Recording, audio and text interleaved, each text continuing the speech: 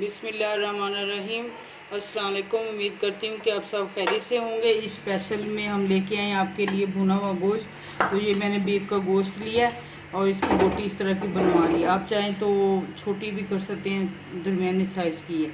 ये हम भुना हुआ गोश्त बनाएंगे। बिस्मिल्लाहिर्रहमानिर्रहीम। ये तकरीबन आधा किलो से ज़्यादा है।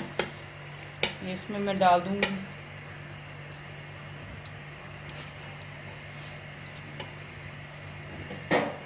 ये 2 प्याज मैंने लिए हैं दरमियाने साइज़ के, इनको भी काट के इसके अंदर डाल देंगे। ये देखिए कि मैंने काट लिए। बिस्मिल्लाहिर्रहमानिर्रहीम। ये भी इसके अंदर शामिल कर देंगे। मैंने टमाटर लिए हैं, ये ऊपर वाला पार्ट उतार के इसको भी इसके अंदर डाल देंगे। ये पीछे से भी।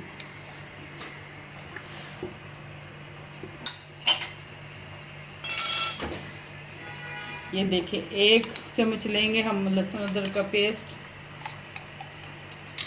आप चाहें तो साबुत भी डाल सकते हैं, लेकिन यहाँ मैं कूटा और पीसा हुआ अदरक का पेस्ट डालूंगी। ये देखें एक चम्मच लहसुन अदरक का पेस्ट डालेंगे। टेबल स्पून मैं नमक डालूंगी। खुला इसको चलते हैं। 1/2 टेबल स्पून मैं नमक डालूंगी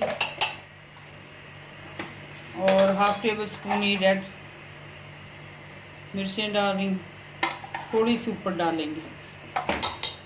और मैं डाल रही हूँ हस्बे ज़रूरत हल्दी, थोड़ी सी हल्दी डालेंगे। और पिसा हुआ सूखा धनिया 1 चम्मच। ये देखिए 1 भर के चम्मच डाल रही हूँ। ये सारी चीज़ें डाल के इसमें हम शामिल करेंगे 1 गिलास पानी का। ये 1 गिलास पानी का मैं डाल रही हूँ, इसमें ज़्यादा नहीं हम डालेंगे। अब हम प्रेशर कुकर लगा देंगे, इसको थोड़ा सा मिक्स करेंगे। ये देखें जी मैंने प्रेशर कुकर लगा दिया है। अब तकरीबन हम इसको 3 मिनट लगेंगे इसको विसल को चलते हुए सीटी को, और तकरीबन 12 मिनट हम इसको वैसे देंगे। टोटल हम इसको 15 मिनट देंगे। 15 मिनट के बाद आपको दिखाते हैं। ये देखें जी प्रेशर कुकर खोल लिया और ये जो टमाटर डाले थे इसके ऊपर से हम छिलके जो है वो उतार लेंगे ऐसे करके। और इसको हम एक कढ़ाई में डालेंगे।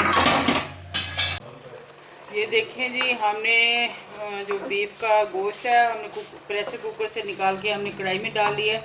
अब ये चम्मच भर के हम जो है तकरीबन आधा कप घी का ऑयल का, आप चाहें तो घी भी इस्तेमाल कर सकते हैं।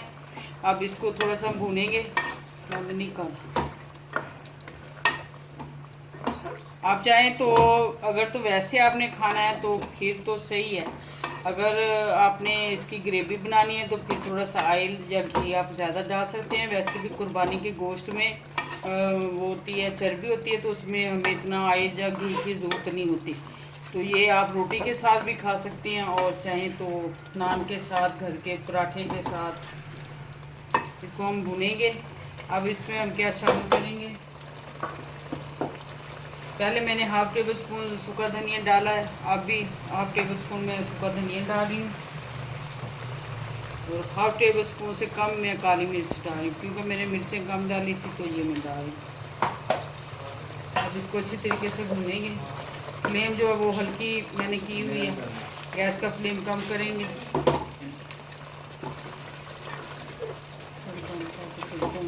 ये देखें हमने अच्छी तरीके से भून लिया। ये ऑयल जो है छोड़ दिया है बीफ ने, गोश्त ने। ये देखें ऑयल अलहदा हो रहा है, तो इसको हमने अच्छी तरीके से भून लिया। अब ये 2 से 3 टेबल स्पून मेरे पास दही है, ये इसमें शामिल करेंगे।